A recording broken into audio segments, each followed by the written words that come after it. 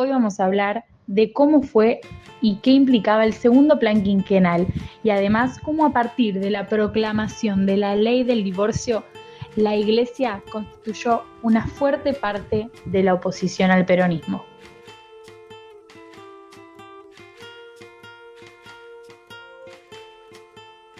El 4 de junio de 1952, Juan Domingo Perón asumió por segunda vez la primera magistratura de la República, esta vez sin su vicepresidente, Quijano, quien había fallecido un mes antes, y con mucho más poder del que tuvo en su primer mandato, acompañado por un Congreso formado por 135 diputados peronistas contra 14 radicales y con la totalidad de los senadores. Si bien Evita iba a acompañarlo en su asunción, su estado era casi agonizante y falleció el 26 de julio. El objetivo de esta gestión era profundizar la justicia social, pero comenzaron a extremarse los enfrentamientos entre peronismo y antiperonismo, o contreras como se lo llamaba en ese momento.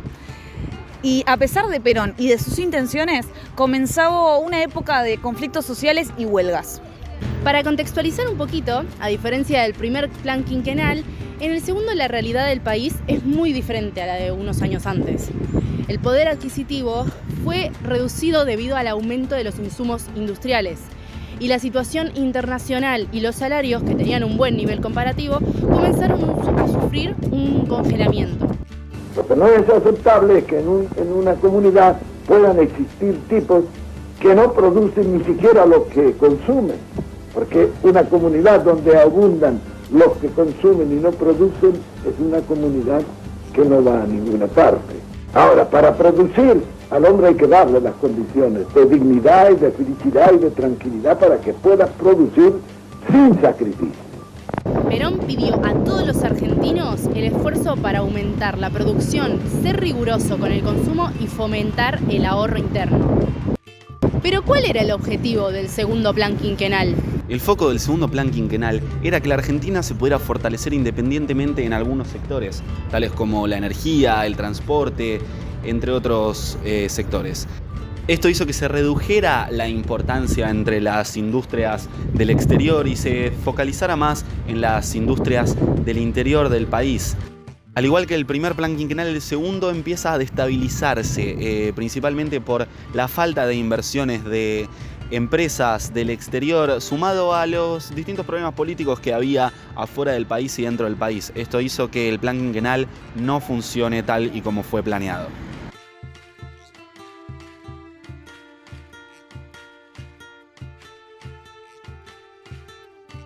Te vamos a contar por qué la Iglesia fue parte de la oposición en el gobierno peronista. Hasta 1954, las relaciones con Perón y la Iglesia se sostenían fuertemente porque unos a otros se apoyaban. La Iglesia había apoyado en su momento mucho al justicialismo, pero a partir de 1954, el peronismo comenzó a tomar una serie de medidas y decisiones que hicieron que la Iglesia conforme parte de la oposición. Algunas medidas fueron, por ejemplo, la figura de Evita, que se la consideraba como una jefa espiritual de la nación. Esto generó mucha molestia en algunos sectores puntuales de la curia. También se prohibió y se dejó de enseñar obligatoriamente la religión y el catecismo en las escuelas. También se le quitaron las subvenciones que recibía la Iglesia por parte del Estado.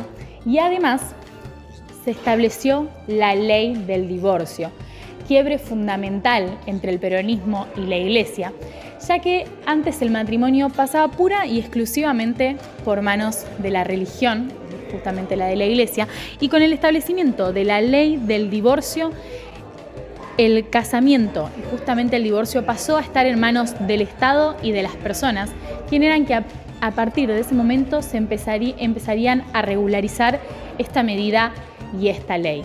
Es un conflicto sin precedentes y que va a seguir postergándose y del que ya no hay vuelta atrás. Este enfrentamiento hizo estallar las cuestiones que venían a lo largo de los años haciéndose ver presentes, en especial en 1955 durante el Corpus Christi, que básicamente son procesiones o largas caminatas que se realizan, y en esta en específico tuvieron el apoyo de la oposición. No solo salieron grupos de la oposición, sino también grupos del socialismo y del comunismo para hacer ver su pensamiento durante la marcha. 5 días más tarde, el 16 de junio de 1955, las Fuerzas Armadas y la Marina realizó un ataque a la Plaza de Mayo sin previo aviso, y esto es considerado la antesala de la dictadura militar.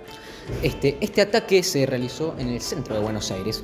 Murieron aproximadamente 300 personas y 1.200 fueron dañadas de gravedad. Claro, todo esto fue progresivo. El apoyo de la Iglesia para el plano político se dio a partir del Partido Demócrata Cristiano, que se hizo en 1954. Dicho partido también termina teniendo apoyo más adelante de las Fuerzas Armadas. Hasta entonces no se había generado el clima de tensión público que se necesitaba para derrocar al peronismo. Justamente después del Partido Demócrata Cristiano, una vez que se une a la oposición, sumado a los distintos acontecimientos que hemos estado nombrando, se da el clima exacto para poder terminar de una vez con el gobierno de Juan Domingo Perón, siendo que el objetivo de ellos era matar al presidente. Las manifestaciones que organizaba la Iglesia Católica convocaban un montón de personas de la oposición.